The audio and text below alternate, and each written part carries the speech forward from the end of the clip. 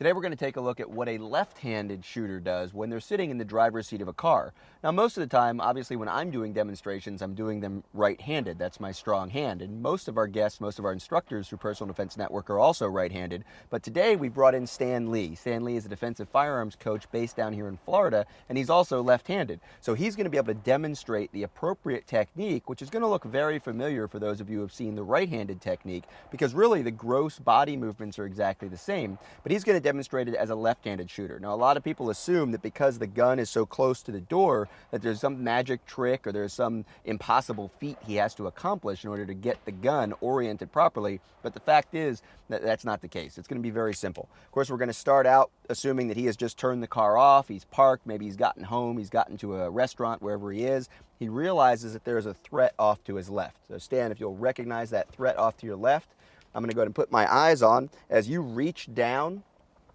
get your hand on your gun, making sure that your leg is clear of the gun. As it comes straight up and you start to orient your back towards me, pushing backwards in the seat, driving straight out, extending, touching, and pressing, getting your shot. And if you'll hold right there, again, the trick is we want to make sure that that gun is not going past where the window would be. We don't want the gun hitting the window and being knocked offline, nor do we want the gun extending outside of the vehicle where somebody slashing or hitting with a club or even reaching towards Stan would be able to get their hand on the gun. So either window up or window down, we still want the shooter to maintain their position inside of the car. Now in an administrative training environment, Stan's going to pull that gun back into his chest. He's going to reach under the gun with his right hand to open the door safely. And for administrative reasons, we don't reholster while seated. It's not worth doing. It's a high risk environment to try to reholster inside of the car like this. So he's just going to step out and he's going to go ahead and safely get his gun back into his holster.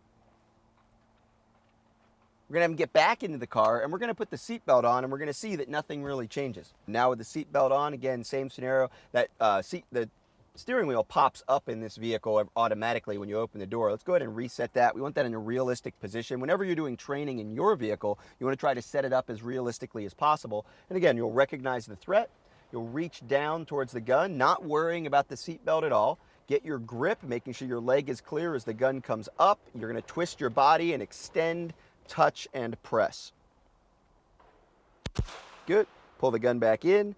And now again, administratively, this may be the trickiest part. He's going to reach back with his right hand, get that seatbelt across his body without getting it tangled up on the gun or covering himself.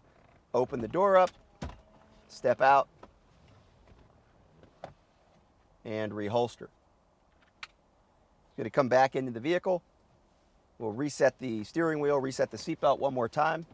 All right, and notice that Stan also has his concealment garment on. We're not changing anything. We're trying to train as realistically as possible. Stan's an experienced shooter. He's done plenty of shooting while seated practice. This is just a little bit different because he's seated while inside the car. You feel comfortable going a little smoother? Sure. All right, I'll give you one command. You can go through the whole process. Up.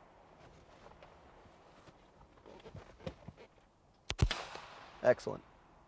And again, administratively, get that seatbelt off and step out of the vehicle. So again, with a left-handed shooter, we've got some very specific concerns about the way they're going to be moving the gun, but the body position, the orientation back from the window, the ability to twist in the seat under the seatbelt and lean back, all of that's still the same as it would be for a right-handed shooter. We just know that the hand is going to be coming up close to the door. So if you have a sports car, if you have something that's more confined, that may create some unique situations. Obviously, we think you should practice seated shooting first and then your presentation from seated and then get into your vehicle. And you might even do it with a dry gun or a dummy gun when you first get started, presentation, regardless of whether you're right-handed or left-handed when shooting inside of a vehicle.